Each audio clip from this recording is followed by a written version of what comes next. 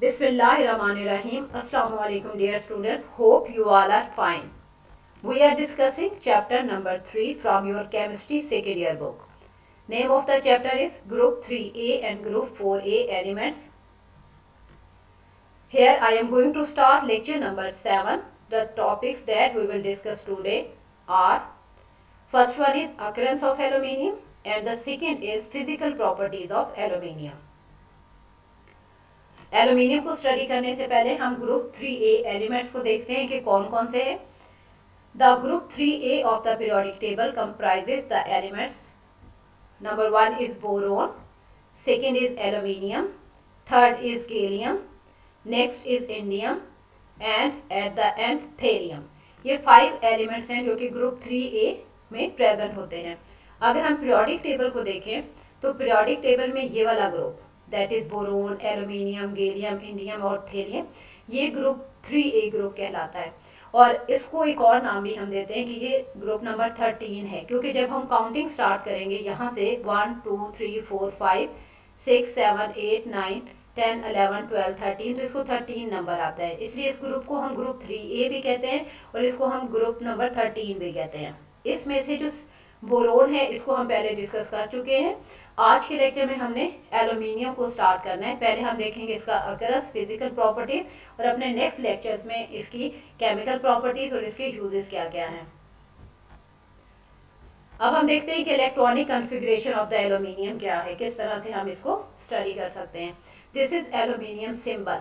Aluminium को हम लिखते हैं ए कैपिटल और L small. This is symbol of aluminium. Its atomic number is 13, यानी कि नंबर ऑफ इलेक्ट्रॉन इसके अंदर कितने हैं, दैट इज 13. इसका मास नंबर या एटॉमिक वेट कितना है, 26.982.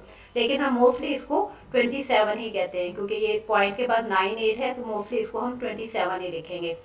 इसके electronic configuration is neon, that is a noble gas, 3s2 3p1. अब 3s2 और 3p1 का मतलब ये है कि इसका जो लास्ट शेल है वो शेल नंबर 3 है, इसलिए 3s2 और 3p1. अब यहाँ पे नियॉन क्यों लिखा गया है. Neon is a noble gas जो कि एल्यूमिनियम की नियरेस्ट नोबल गैस है. अब यहाँ पे नियॉन को लिखने के रीजन अंडरस्टैंड करने के लिए हम इस तरह से इसको स्टडी कर सकते हैं कि this is neon having 10 total electron in it. It's electronic configuration is 1s2 2s2 and 2p6. अगर आप काउंट करिए टोटल 10 इलेक्ट्रॉन है. जब हम एल्यूमिनियम की इलेक्ट्रॉनिक कॉन्फ़िगरेशन लिखते हैं तो एल्यूमिनियम की इलेक्ट्रॉनिक कॉन्फ़िगरेशन है 1s2 2s2 और 2p6 देन 3s2 और 3p1.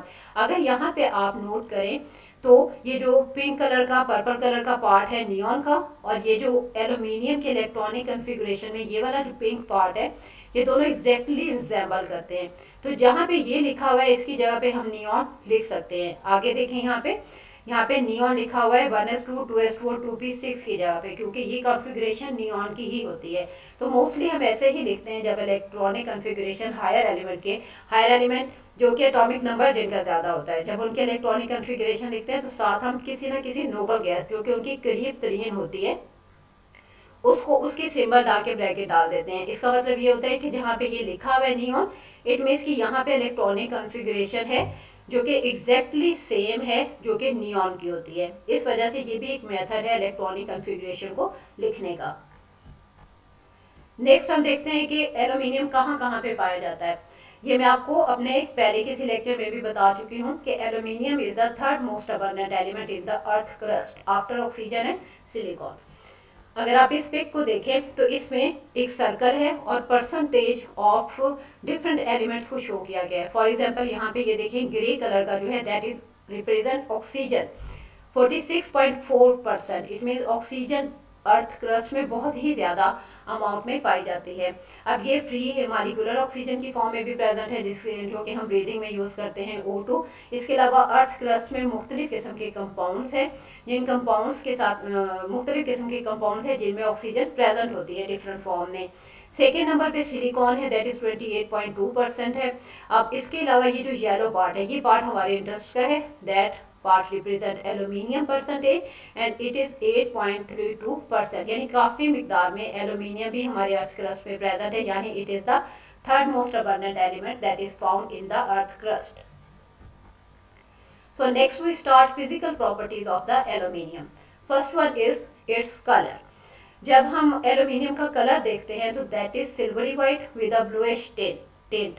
टिंट का मतलब ये होता है पेल येलो कलर, यानी कि जो ऐसा टिंट कलर हम उस वक्त इस्तेमाल करते हैं जिसका मतलब ये होता है कि जो ओरिजिनल कलर है, कलर बिल्कुल वैसा नहीं है बल्कि उससे थोड़ा सा लाइट है, पेल पेल की तरफ ना, उस पेल की तरफ दिखता है, तो सिल्वरी होगा लेकिन ब्लूइश टच भी होगी और ब्लूइश में भी टिंट होगा, यानी कि आप पेल ब्लूइश टाइप होगा।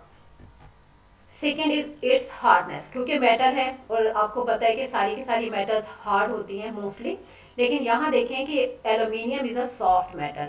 जब ये प्योर फॉर्म में होती है तो ये सॉफ्ट होती है, but it become strong and hard when allied. अब अलाइड एक नया लफ्ज है आपके लिए। अलाइड का मतलब है भर्त बनाना, उर्दू में इसका मतलब होता है भर्त बनाना। इट मीन्स के एक मेटल हमारे पास अगर मौजूद है तो उसकी एक खास प्रॉपर्टी है, उसकी कुछ प्रॉपर्टीज होंगी। जब हम उस मेटल के अंदर कुछ और मेटल्स को ऐड करते हैं स्पेसिफिक प्रोपोर्शन में, तो हमारे पास एक मिक्सचर बनता है, यानी मेटल के साथ कुछ 2-3 और मेटल्स भी हम ऐड करते हैं और एक जो मिक्सचर सा हमारे पास बना that is known as alloy, उसे हम भर्त कहते हैं। और ये जो हमने मिक्सचर या अलाई बनाया है, this having the properties that are in the improved form as compare to its original metal. अब जैसे first original metal for example यहाँ पे देखें, अगर एल्यूमिनियम सॉफ्ट है तो ये स्ट्रॉन्ग और हार्ड हो जाती है जब इसका अलाई बनाया जाता है। तो मकसद भी बनाने का यही होता है कि जो हमारे पास अलाई बनी है उसमें उसकी प्रॉपर्टीज बेहतर होती हैं ओरिजिनल मेटल के मुकाबले में। थर्ड पॉइंट इज डक्टिलिटी, यानी कि एल्यूमिनियम एक ऐसी मेटल है जो कि डक्टाइल है। डक्टाइल का मतलब होता है ऐसी metal that can be beaten to form simple wires.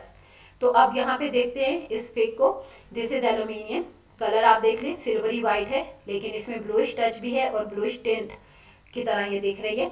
अब यहाँ पे नेक्स्ट देखें, कॉइल ऑफ एल्यूमिनियम वायर। अब ये है मेटल लेकिन इसकी ये प्रॉपर्टी है कि हम इसको वायर में कन्वर्ट कर सकते हैं, तो ये प्रॉपर्टी इस मेटल की डक्टाइलनेस कहलाती है या डक्टिलिटी कहलाती है। नेक्स्ट एल्यूमिनियम फॉइल है, तो एल्यूमिनियम सॉफ्ट मेटल होने की वजह से हम ये उसकी फॉइल भी बना सकते हैं। नेक्स्ट प्रॉपर्टी इज मैलिएबिलिटी, यानी कि एल्यूमिनियम मैलिएबल भी है। मैलिएबल किसी भी मेटल की ऐसी कैपेबिलिटी होती है जिससे हम उसको थिन शीट्स में कन्वर्ट कर सकते हैं बाय हैमरिंग। अब क्योंकि एल्यूमिनियम हम डिस्कस कर रहे हैं तो एल्यूमिनियम भी मैलिएबल है, इस को अंडरस्टैंड करने के लिए आप ये पिक देखें। अब ये सारी की सारी एल्यूमिनियम की बारीक बारीक फॉइल्स है, यानी एल्यूमिनियम मेटल मैलिएबल है, ये कैपेबल है ऑफ बीइंग शेप्ड और bent into sheets. Next point is its boiling point. Boiling point of this metal is 2327 से लेकर 2450 डिग्री सेंटीग्रेड तक। और अगर इसी को हम फ़ारेनहाइट डिग्री में देखें तो दैट इज 4221 से 4442 डिग्री फ़ारेनहाइट तक इसका बॉइलिंग पॉइंट है।